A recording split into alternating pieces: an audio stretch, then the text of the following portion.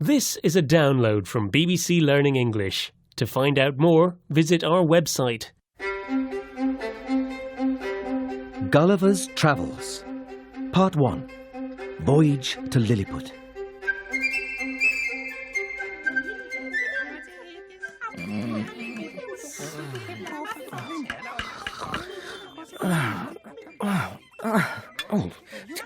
Ouch! Hey! Help! Get off me! Where am I? I'm lying on my back. I'm being pricked by lots of tiny sharp things. My arms and legs are tied to the ground.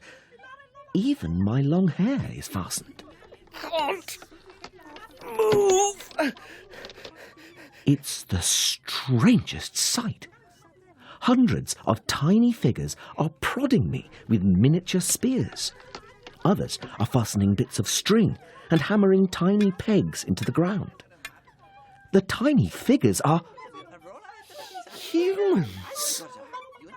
yes, little ones, no higher than 6 inches tall. I must be dreaming. I shut my eyes and opened them again. No, I'm not dreaming. I'm tied to the ground. I'm well and truly a prisoner.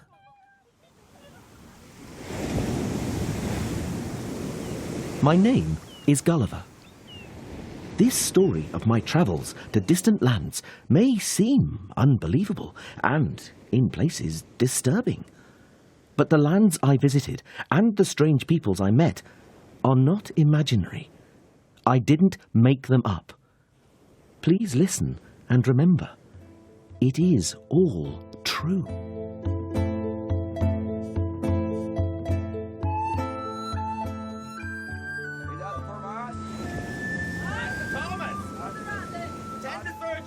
Dr. Gulliver, the men are feeling sick. I was a ship's doctor. We'd set sail from Bristol in England in 1699 and were heading for the East Indies. I'd left my wife and 2 children behind. A violent storm broke out. In the strong winds, we were shipwrecked on a large rock close to land. I swam, battling with huge waves.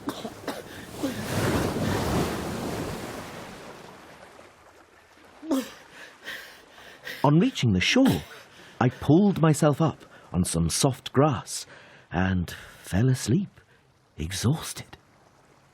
And there, during the night, I became a prisoner of the tiny people. I was so amazed when I saw the tiny human creatures prodding me that I roared, and they all ran back, terrified. They started to shoot arrows from their bows onto my hands, my body, my face. The arrows pricked me like hundreds of needles. I struggled violently and snapped the strings on my left arm and quickly covered my eyes to protect them.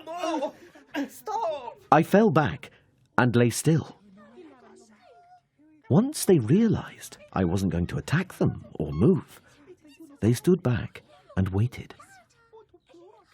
One of them, wearing fine clothes, so clearly important, ventured forward from the crowd. Ah, sir, now, don't worry. I'm not going to eat you, but I pointed to my mouth. I'm very hungry. I need food. Food? The one in charge nodded his head. A few minutes later, ladders were put against my body, and a long line of tiny people mounted them, carrying dishes of meat, baskets of tiny loaves of bread, and small barrels of wine slung over their shoulders. Oh, this is very good. I ate and drank greedily.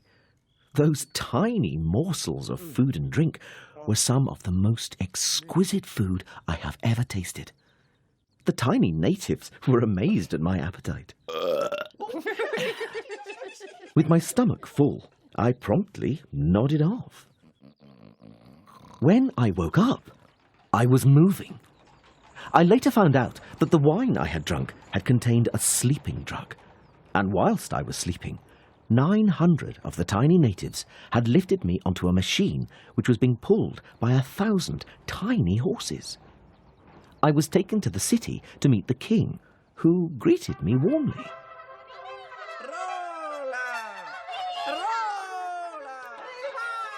He was young and dignified, with strong features.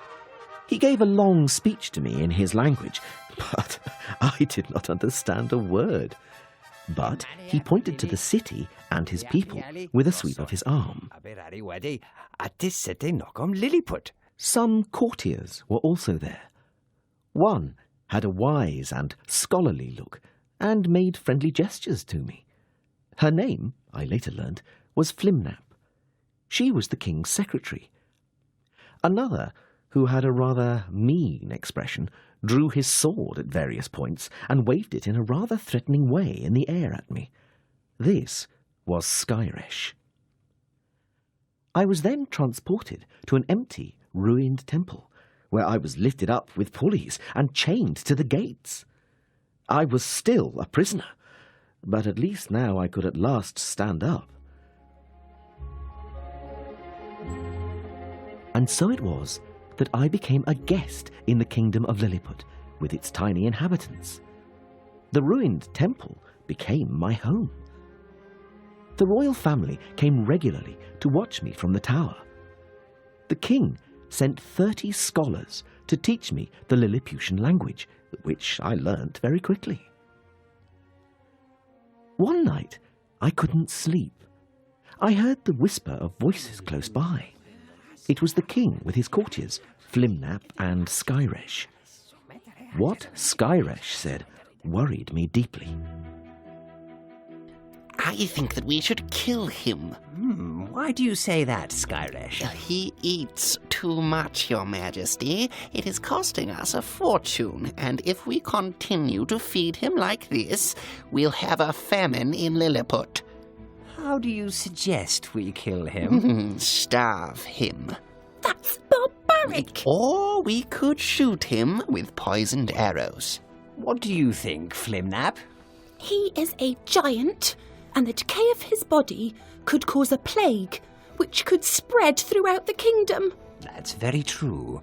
He asks for his freedom every day. Oh, it's too dangerous. He could kill all of us. He has so far been gentle and well-behaved towards the people of Lilliput. He could be useful to us. We can give him his freedom with certain conditions. Which would be? He becomes our ally in our war against Blefuscu and destroys their fleet. Flimnap, you're right.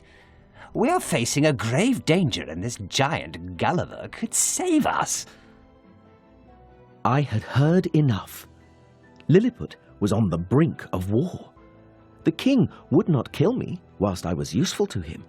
But what if he changed his mind? I had to escape.